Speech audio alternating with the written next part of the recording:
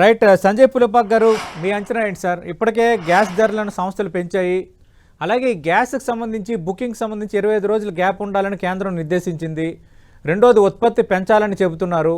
పొరుగు దేశాల్లో ఇప్పటికే గ్యాస్ పెట్రోల్ ధరలు పెంచారు. మనం ఈరోజు అది మాట్లాడుకున్నాం. అంటే లార్జర్ సెన్స్లో యుద్ధం ఎఫెక్ట్ ఏమైనా పడుతుందా? అలాగే హార్మూజ్ జలసంధి కూడా ఇంకా పూర్తిగా క్లోజ్ చేసే ప్రమాదం ఉందని రష్యా, చైనా లాంటి దేశాలు కూడా కొంత ఆందోళన వ్యక్తం చేస్తున్నాయి. మీ అంచనా ఏంటి సార్?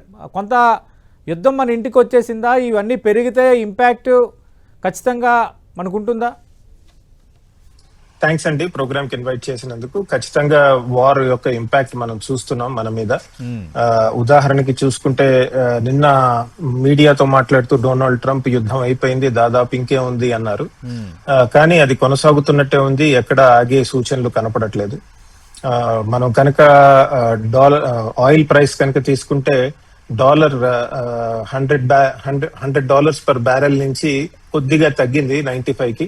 ఇంతకు ముందు చూసుకుంటే యాక్చువల్లీ 60-40 అక్కడ ఉండేది, ఇప్పుడు ఏకంగా 100 టచ్ అవుతోంది. నిన్న కొద్దిగా బ్యారెల్ ప్రైస్ ఎందుకు తగ్గిందంటే డొనాల్డ్ ట్రంప్ ఇంకేముంది యుద్ధం అయిపోతుంది కదా అని మాట్లాడినందుకు కొద్దిగా తగ్గింది. బట్ ఓవరాల్ గా అయితే ప్రైసెస్ చాలా హైగానే ఉన్నాయండి. తర్వాత ఈ యుద్ధం ఏదైతే ఉందో అది చుట్టుపక్కల దేశాలకు కూడా స్ప్రెడ్ అయిందండి. మనం తీసుకుంటే అటు లెబనాన్ కి వెళ్ళింది, జోర్డాన్, ఇటు గల్ఫ్ కంట్రీస్ అన్ని ఉన్నాయి, అటు సైప్రస్ దాకా వెళ్ళింది. ఇటు సైప్రస్ అక్కడ టర్కీ వాళ్ళు కూడా వాళ్ళ ఎయిర్ ఫోర్స్ ని డిప్లాయ్ చేయడం జరిగింది. అజర్బైజాన్ కి వెళ్ళింది. సో రీజనల్ గా మొత్తం అంతా కూడా ఈ యుద్ధ వాతావరణం కమ్ముకునుందండి. కాకపోతే గల్ఫ్ కంట్రీస్ ని అనూహ్యమైనటువంటి ఓపిక చూపిస్తున్నారు. ఎందుకంటే ఓ పక్క నుంచి ఇజ్రాయెల్ దాడులు చేస్తున్నప్పటికీ వాళ్ళు దానికి ప్రతిస్పందించకుండా కేవలం అమెరికన్ రెస్పాన్స్ ని అలౌ చేస్తున్నారు. కానీ వాళ్ళు గల్ఫ్ కంట్రీస్ మాత్రం ప్రతిస్పందించట్లేదు. వాళ్ళ నేవీని కానీ వాళ్ళ ఎయిర్ ఫోర్స్ ని కానీ అలానే వాళ్ళ మిలిటరీని కానీ రంగంలోకి దింపట్లేదు. ఇంకా వెయిట్ చేస్తున్నారు అమెరికా వాళ్ళు యుద్ధం ఆపేస్తారేమో అని. ఒక విధంగా చూస్తే అది ఊహించినటువంటి ఓపిక ప్రదర్శించడం జరుగుతోంది గల్ఫ్ కంట్రీస్.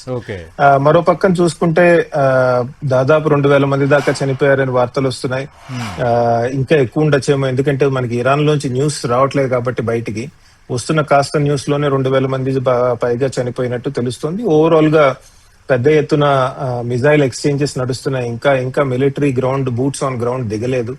దిగకుండానే యుద్ధం ఆపేస్తారు, అమెరికన్స్ విక్టరీ డిక్లేర్ చేస్తారని చెప్పడం జరుగుతోంది. ఒక